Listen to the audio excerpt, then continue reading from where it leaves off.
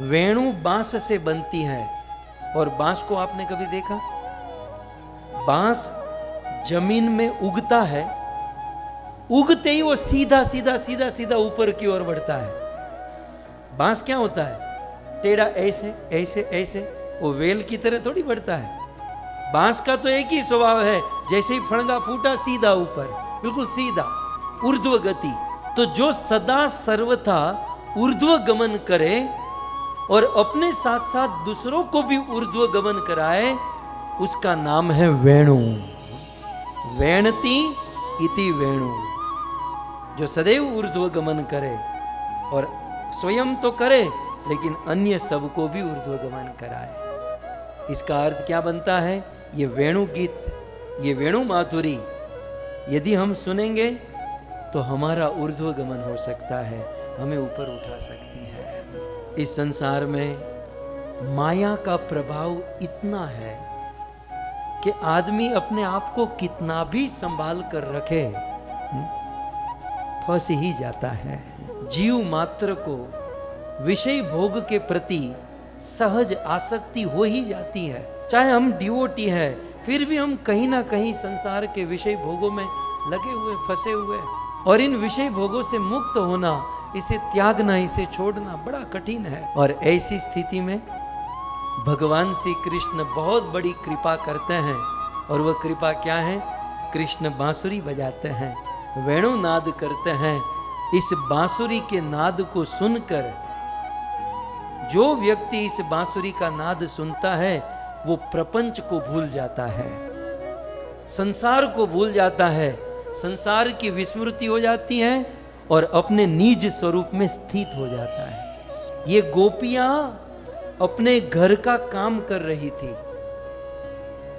और घर का काम करते हुए कुछ देर के लिए मानो कृष्ण को भूल ही चुकी थी। पूर्ण रूपेण व्यस्त थी गोपियां अपने काम में, जैसे हम लोग व्यस्त हो जाते हैं, भगवान को टोटल भूल जाते हैं।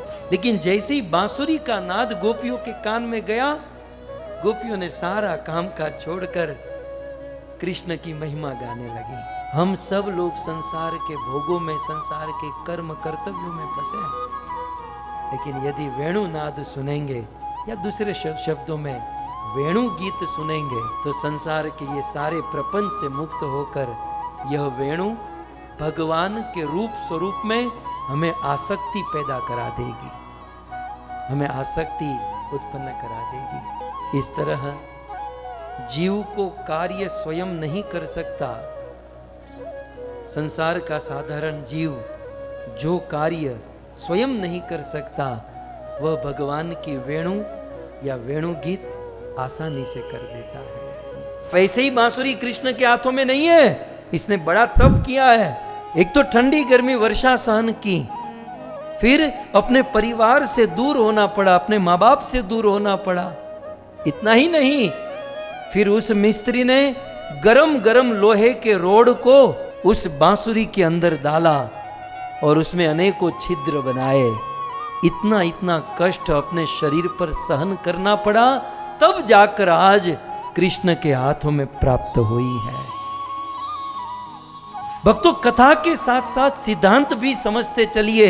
यदि हम चाहे कि बांसुरी की तरह हम भी कृष्ण के प्रिय हो जाए, कृष्ण भी हमें अपने साथ रखे, तो बांसुरी से लेने लायक ये शिक्षा है कि यदि कृष्ण हमें प्रेम करे, ऐसा चाहते हैं, तो हमें तपस्या करनी चाहिए, हमें कृष्ण की सेवा करनी चाहिए और कृष्ण प्रेम, कृष्ण सेवा, कृष्ण भक्ति में अपने जीवन को खपा देना चाहिए। आप सोचोगे ऐसी कमरे में बैठकर 4 नियम केवल 16 माला करके भगवान मिल जाएंगे? नहीं, ये सब बातें न्यू फाइट डिवोटी के लिए, नए लोगों के लिए हैं। यदि हम चाहते हैं कृष्ण बांसुरी की तरह हमसे प्रेम करें, तो हमें जीवन को खपाना पड़ेगा।